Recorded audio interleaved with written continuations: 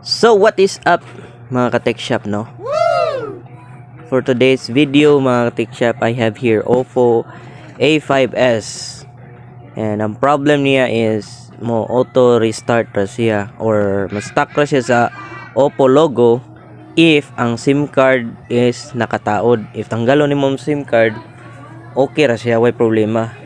But the moment you insert the SIM card, di na siya mo automatic restart, and then dili na siya ka abot sa iyang katong murag icon or sa katong password. So let's do a troubleshooting mga ka-tech shop, no? Inani nga scenario gyud kani mga stuck in Oppo logo. Kasagarang issue ani is power switch, battery, or other parts sa motherboard na mga stuck to Oppo logo. So ato i-troubleshoot mga tech shop, i-disassemble na to. Be careful lang kay naatay flex cable for fingerprint. Ato na siyang likayan nga di na siya ma-damage. So hinahinay lang ta pag disassemble mga tech shop. So first troubleshooting step na ko mga tech shop is ki-check na ko ang power switch.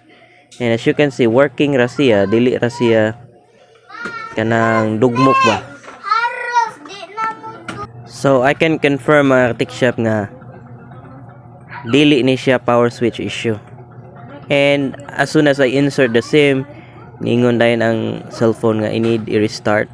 And then after niya restart, di na gid siya mo display or di na siya maabot sa yang lock screen.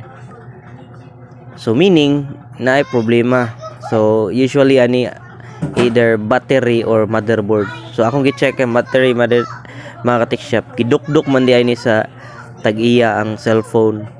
So kanang mga inana mga ka-tech shop, og dili LCD ma-damage, possible ang battery maigo ani mga ka-tech shop ang iyang fusible resistor. So ako lang gisolda mga ka-tech shop, and gi-turn on ako ang phone without the SIM. So ni expected mo abot siya sa lock screen. And then pagtaon ako sa SIM card, ni restart siya. And then nilahos sa sad siya sa iyang lock screen. So meaning okay na gid ang phone mga tech shop. So proceed na ko sa assembly, gibalik na ko fingerprint, flex cable, ang mga screws o ang back cover. So kani nga cellphone mga tech shop no, na damage ang iyang LCD o ang iyang battery kay gidukdok ni sa tagiya. Ang tagiya ni is estudyante. Ani agaduwa og email, so gisapot siguro. Kani gong mga cellphone na dili man siya pang email gyud kay lag man nga cellphone, I believe. Dili ni siya pang gaming nga phone. So ug mulag siya, syempre saputon jud ang player, di ba? Kay magsige ka pilde. So kung gusto ka magduwag email, dapat high-end nga cellphone imong gamiton para dili ka saputon. Di ba? So as you can see mga ka-tech shop, nigana na ang phone. Wala na siya mo shutdown, wala na siya ma-lock or wala na siya ma-stuck up sa Oppo logo. So okay na siya mga ka-tech shop. And if you're interested in this kind of video, don't forget to like and subscribe to my YouTube channel. Let's go!